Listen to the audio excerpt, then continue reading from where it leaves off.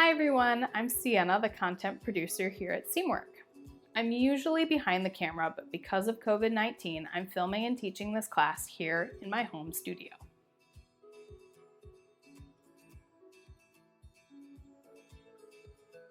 Even in difficult times, it's super important to nourish your creativity.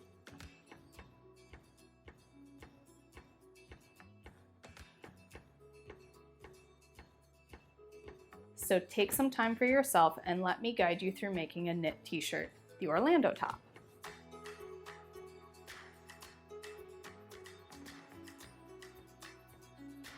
Orlando is a knit tee that hugs your body in all the right places. It has a scoop neck and cap sleeves. The neckline is finished with a band, and the member bonus version turns it into a perfect bodysuit with snap closures at the crotch. Orlando requires knits with 4-way stretch and good recovery. In this class, I'll cover some tips for working with knits, like the best needle to use, how to calculate a fabric stretch percentage, and how to sew a knit neckband. Plus, I'll walk you through each step to make the Orlando top. In the next lesson, we'll take a look at fabric and gather our supplies.